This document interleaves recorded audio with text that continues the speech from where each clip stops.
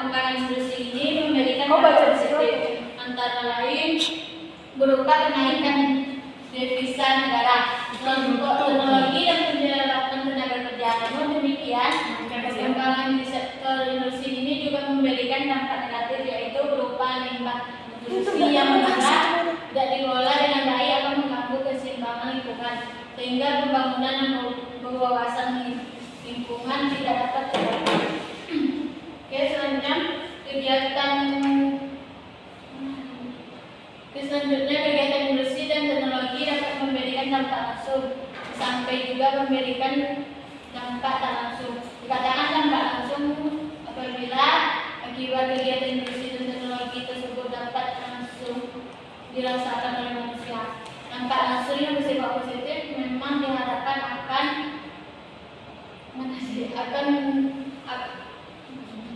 terdapat negatif dan mengurangi kualitas hidup manusia. Harus dihindari dan dikurangi. Apapun dampak langsung yang bersifat negatif akibat kegiatan industri dan teknologi akan dihadapi terjadinya masalah-masalah pencernaan udara, pencernaan air, dan berdasarkan latar belakang yang telah didapatkan di atas, maka dapat ditarik pokok permasalahan dalam penelitian ini sebagai berikut. Bagaimana cara penanggulangan pengaruh buruk limbah pabrik kelapa sawit lingkungan masyarakat Purwodadi, Kecamatan Nagan Raya.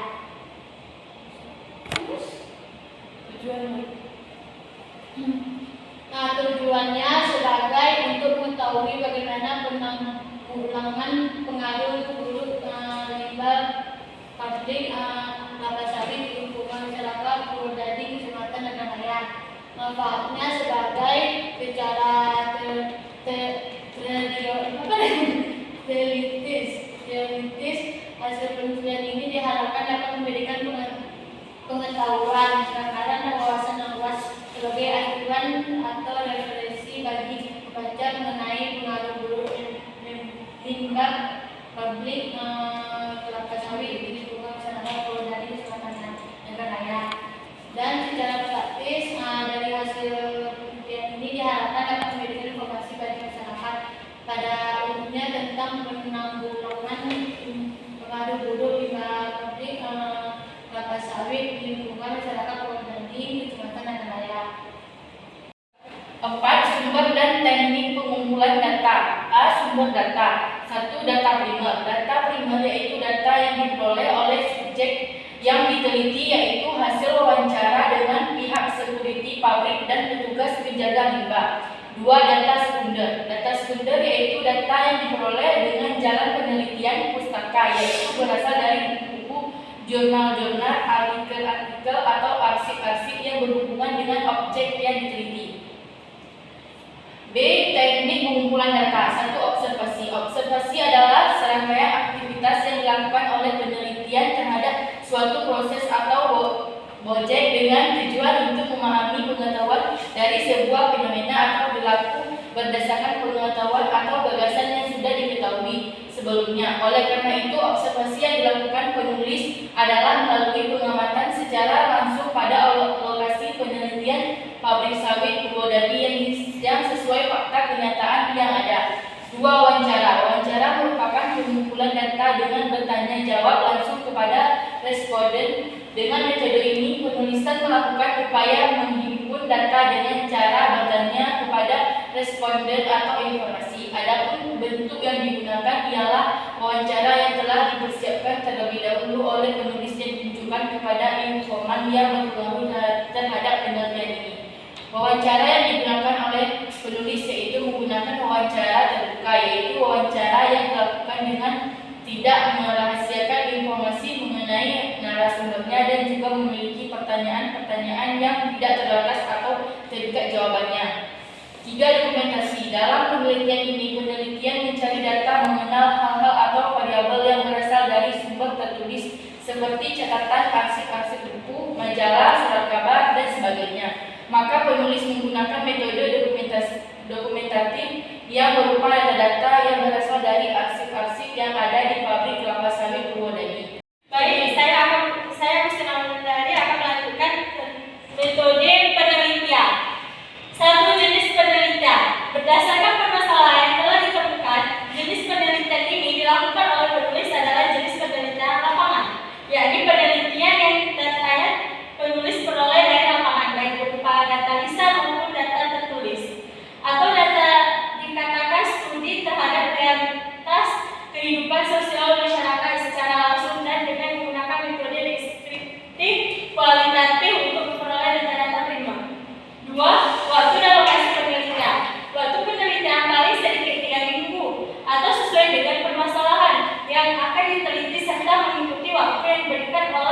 dosen pembimbing. Penelitian dilakukan di PT Senangan, Desa Purwodadi, Kecamatan Nagaraya, Kabupaten Cikarang, Provinsi Aceh. Penelitian ini dilakukan dari tanggal 8 November sampai 22 November 2021. 3. Subjek atau informasi penelitian. Subjek penelitian menggunakan teknik pengambilan sampel dari sumber data dengan pertimbangan tertentu. Misalnya orang tersebut yang dianggap paling tahu tentang apa yang terjadi atau untuk menjawab beberapa masalah. Adapun subjek penelitian diambil 2 orang, yaitu dari PT Pabrik Senangan, pihak security dan petugas penjaga limbah. Selanjutnya saya akan membacakan 5 teknik analisis data. Teknik analisis data adalah proses mencari dan menyusun secara sistematis data yang diperoleh dari hasil wawancara, catatan lapangan, dan bahan-bahan lain, sehingga dengan mudah dipahami dan temuannya dapat diinformasikan kepada orang lain. Teknik analisis data yang digunakan dalam penelitian adalah analisis data kualitatif, mengikuti konsep yang diberikan Niels and Uberman.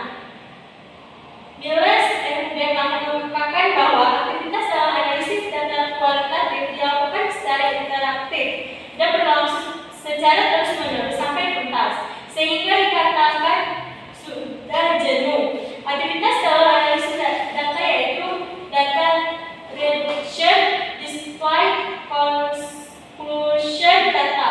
Langkah analisis data dalam penelitian melalui beberapa tahapan, yaitu reduksi data. Reduksi data adalah proses berupa membuat singkatan, coding, memusatkan tema, dan membuat batas-batas permasalahan. Reduksi data merupakan bagian dari analisis yang mempertegas, memperpendek, dan membuat fokus sehingga kesimpulan akan dapat dilakukan. B. Penyajian data. Penyajian data adalah suatu rangkaian organisasi informasi yang memungkinkan kesimpulan bisa dapat dilakukan dengan melihat penyajian data. Penelitian akan mengerti apa yang akan terjadi dalam bentuk yang utuh. C. Penarikan kesimpulan. Dari awal pengumpulan data, penelitian harus sudah mengerti apa arti dari hal-hal yang dia temui. Dengan melakukan pencatatan data yang telah terkumpul dianalisis secara kualitatif untuk ditarik suatu kesimpulan. F. Sistematika penulisan. Dalam upaya mengkaji pokok permasalahan yang ingin digali dalam karya tulisnya ini, penulis mencoba untuk menguraikan dalam 4 bab. Bahan antara satu bab dengan bahan yang lain, memposisikan saling memiliki korelasi yang saling berkaitan dengan logis. Bahasa karya tulis ilmiah diawali dengan bab pertama, yaitu pendahuluan, dan yang diakhiri dengan bab 4, yaitu penutup. Secara sistematika penulisan bab tersebut sebagai berikut. 1. Pendahuluan, yang berisikan latar belakang, masalah, tujuan, manfaat penelitian, metode penelitian, sistematika penulisan. Bab 2. Kajian teori, berisi tentang pengertian penanggulangan, pengertian limbah, karakteristik limbah, jenis limbah, industri kelapa sawit, pengelolaan limbah yang baik. Bab 3. Pembahasan yang mengenai penanggulangan pengaruh buruk limbah di lingkungan masyarakat Purwodadi, Kecamatan Nagaraya. Bab 4 adalah penutup dari kesimpulan pembahasan yang terdiri simpulan dan syarat serta dokumentasi. Baik, di sini saya Tiffany Arsa yang menjelaskan tentang bab 2, yaitu tentang kerangka ataupun dari pembahasan teori tersebut dari karya ilmiah kami. Yang pertama yaitu A. Penanggulangan pengaruh limbah pabrik. Pengertian penanggulangan. Penanggulangan menurut Kamus Besar Bahasa Indonesia berasal dari kata tanggulang. Menanggulangi yang artinya proses, cara, atau perbuatan mengatasi sesuatu. Penanggulangan merupakan suatu pencegahan yang berguna untuk meminimalisir atas kejadian atau perbuatan yang telah terjadi agar tidak terjadi lagi, ataupun perbuatan tersebut jadi Jadi penanggulangan adalah suatu pencegahan yang berguna untuk meminimalisir atas kejadian ataupun perbuatan yang telah terjadi.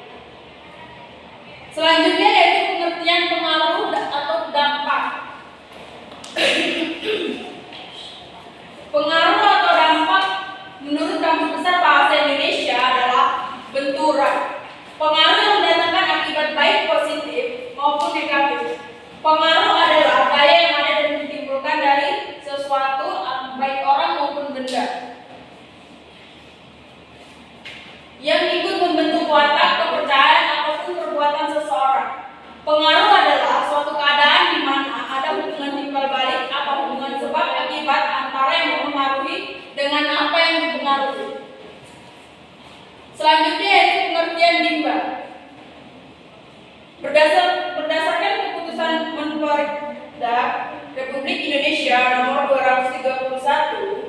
PPP Cap Strip 1997 pada pasal 1 tentang prosedur impor limbah menyatakan limbah adalah barang atau barang sisa atau berkas dari suatu kegiatan atau proses produksi yang fungsinya sudah berubah dari aslinya.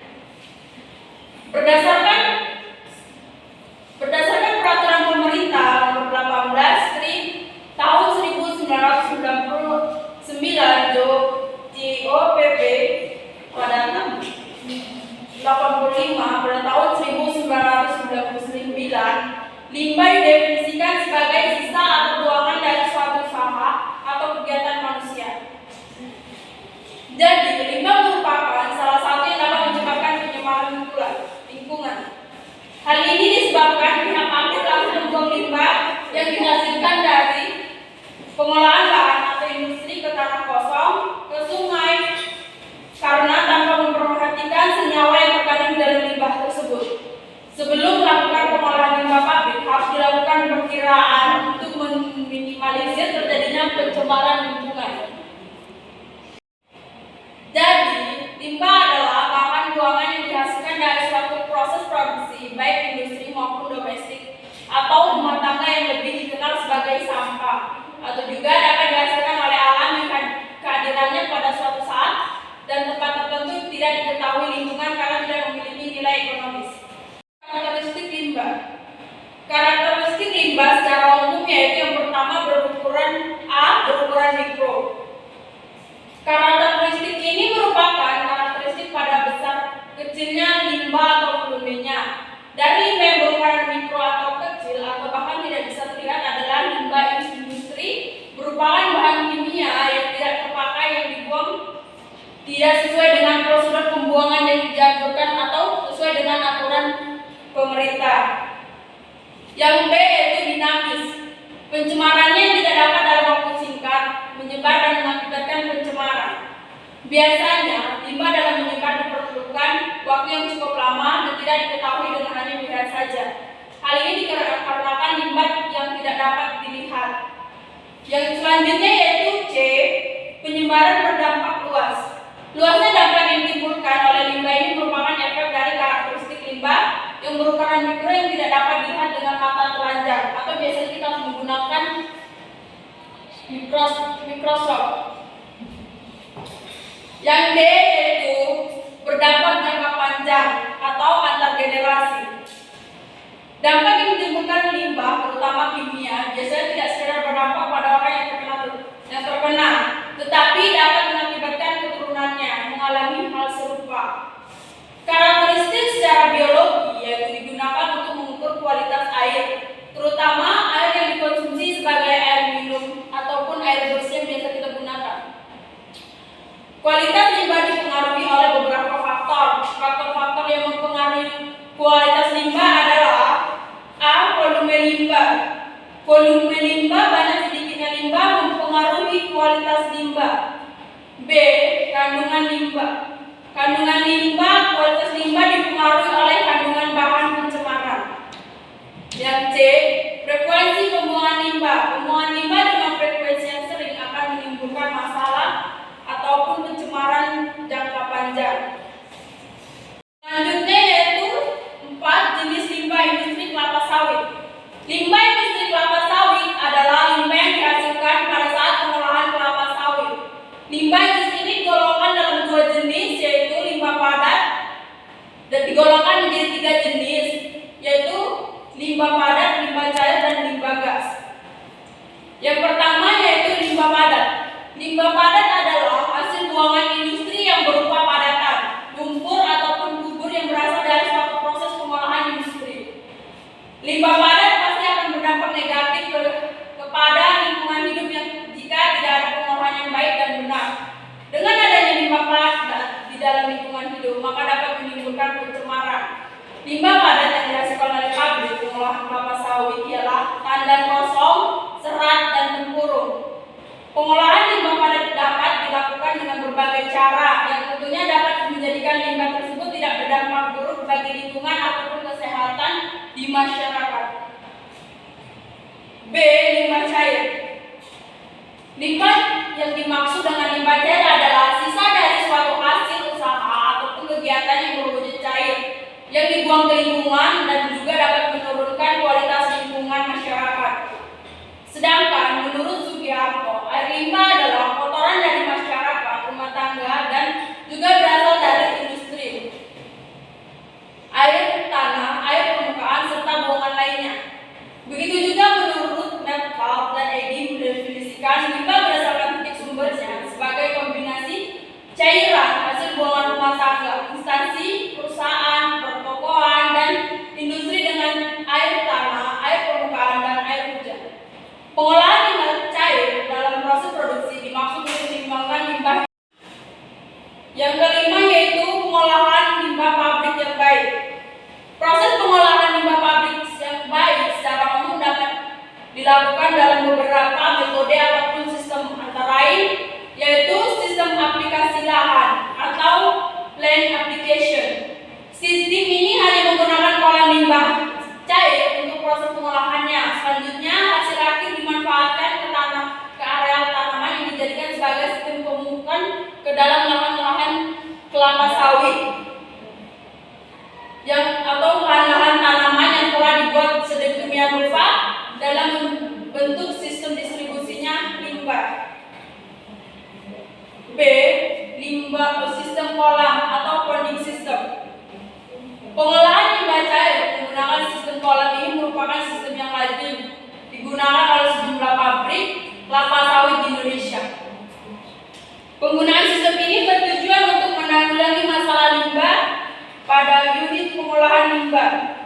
Pengolahan limbah di buangan pabrik kelapa sawit yang menggunakan sistem kolam atau ponding system secara umum membutuhkan lahan yang cukup luas untuk memproses tahapan sehingga menghasilkan limbah cair.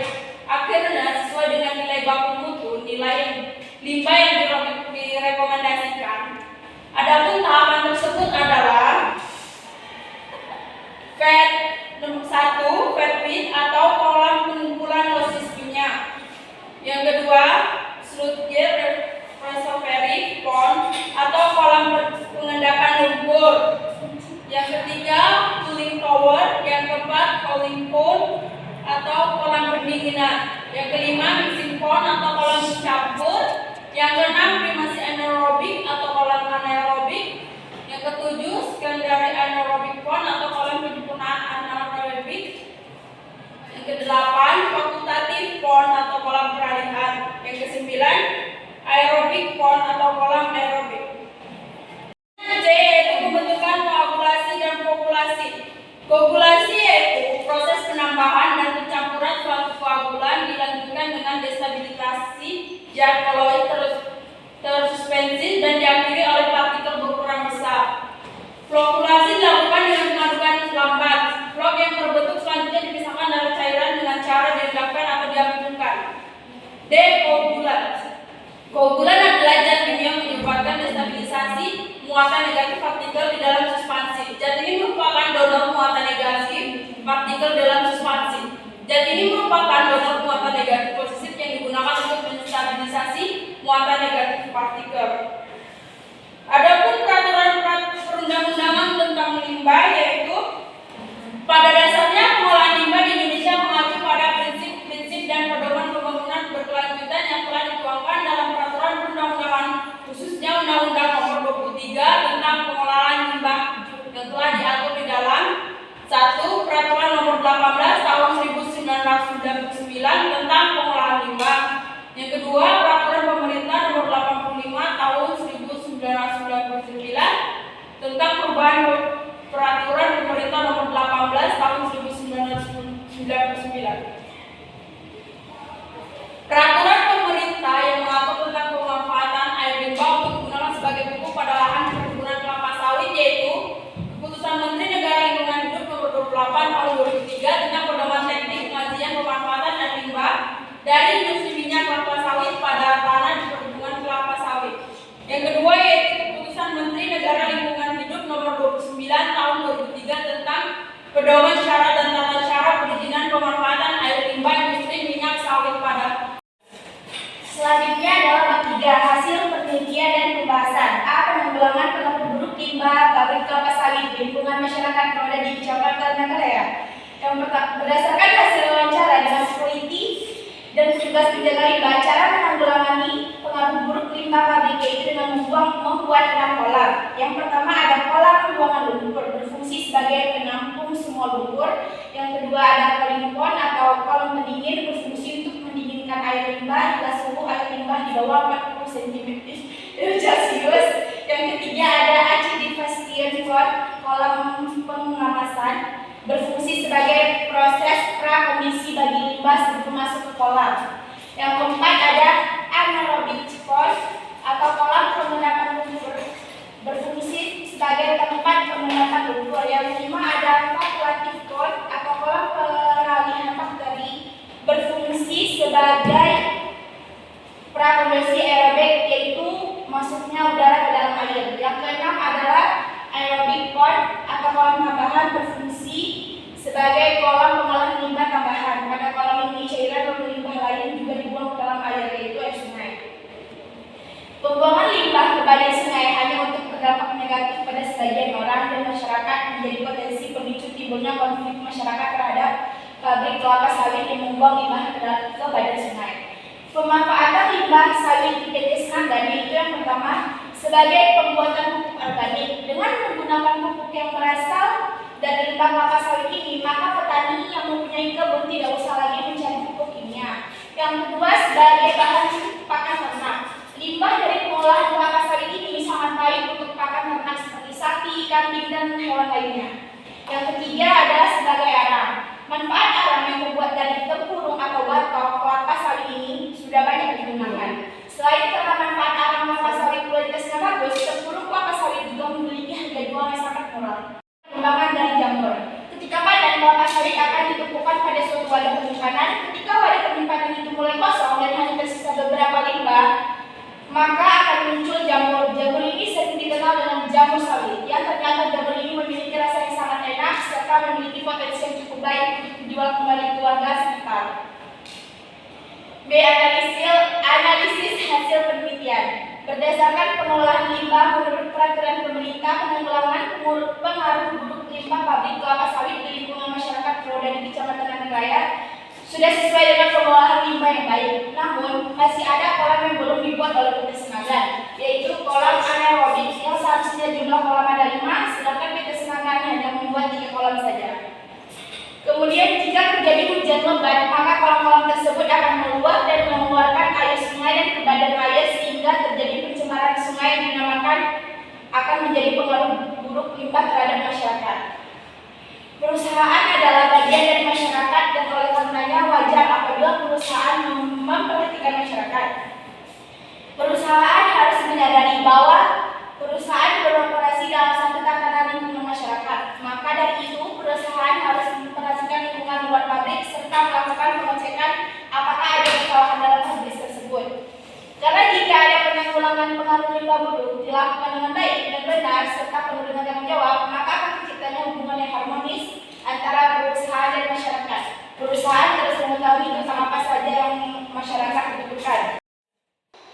Yang keempat yaitu sebagai media perkembangan dari jamur. Ketika panen, kelapa sawit akan ditumpuk pada suatu wadah penyimpanan.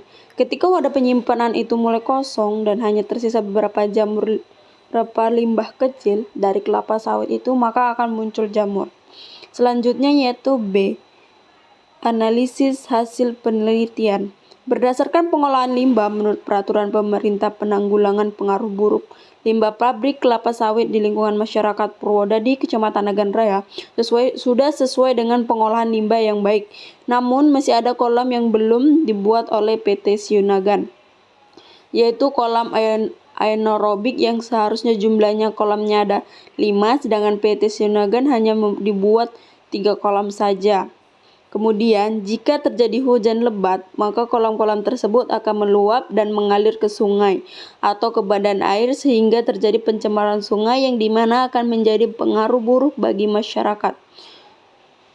Perusahaan adalah bagian dari masyarakat dan oleh karenanya wajar apabila perusahaan memperhatikan masyarakatnya. Perusahaan harusnya menyadari bahwa perusahaan beroperasi dalam satu tantangan lingkungan masyarakat. Maka dari itu, perusahaan harus memperhatikan lingkungan pabrik serta selalu mengecek apakah ada kesalahan dalam pabrik tersebut. Karena jika penanggulangan pengaruh buruk limbah pabrik dilakukan dengan baik dan benar, serta penuh dengan tanggung jawab, maka akan tercipta hubungan yang harmonis antara perusahaan dengan masyarakat. Selanjutnya yaitu bab 4, penutup. Kesimpulan. Penanggulangan pengaruh buruk limbah pabrik kelapa sawit di lingkungan masyarakat Purwodadi, Kecamatan Nagan Raya sudah sesuai dengan pengolahan limbah yang baik, yaitu dengan cara PT Sionagan membuat penampungan limbah menggunakan sistem kolam. Kolam yang ada di PT Sionagan berjumlah 6 kolam, diantaranya yaitu kolam buangan lumpur, kolam pendingin, kolam pengasaman, kolam pengendapan lumpur, kolam peliharaan bakteri, dan kolam petambahan. Pihak perusahaan harus membuat kolam penampungan lebih banyak lagi, dan air limbah yang dihasilkan dari buah kelapa sawit bisa dialirkan ke kebun PT Sawit Sionagan untuk dijadikan sebagai pupuk dan juga dapat mencegah timbulnya pengaruh buruk dari limbah tersebut. B. Saran. Diharapkan kepada pihak pabrik kelapa sawit PT Sionagan untuk melakukan penanggulangan limbah dengan cara yang baik tanpa melakukan kecurangan supaya terciptanya hubungan yang harmonis dengan masyarakat, dan tanggung jawab pabrik juga bisa dilihat dengan adanya penanggulangan limbah yang baik. Seperti halnya PT Sionagan bisa membuat kolam yang lain yang lebih banyak lagi supaya tidak terjadi peluapan limbah pabrik.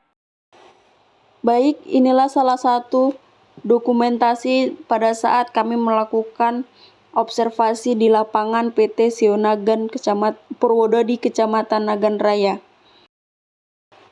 Baiklah, sampai disinilah presentasi yang dapat kami sampaikan. Jika ada kata-kata yang salah ataupun perkataan yang kurang berkenan di hati semuanya, kami mohon maaf.